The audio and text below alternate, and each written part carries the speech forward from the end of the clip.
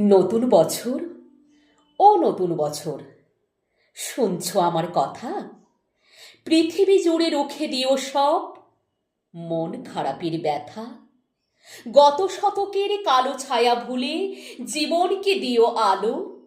এখানে মানুষ প্রীতি আয়ু চায়, প্রকৃতিকে ডেকে বলো, আমি পৃথিবী তোমাকে বলছি, এসো হে নতুন বছর। আজ থেকে খুব পয়মন্ত হোক তোমার নতুন সফর। তোমার সাথে আসে যেন সব সুখদের কারিগর।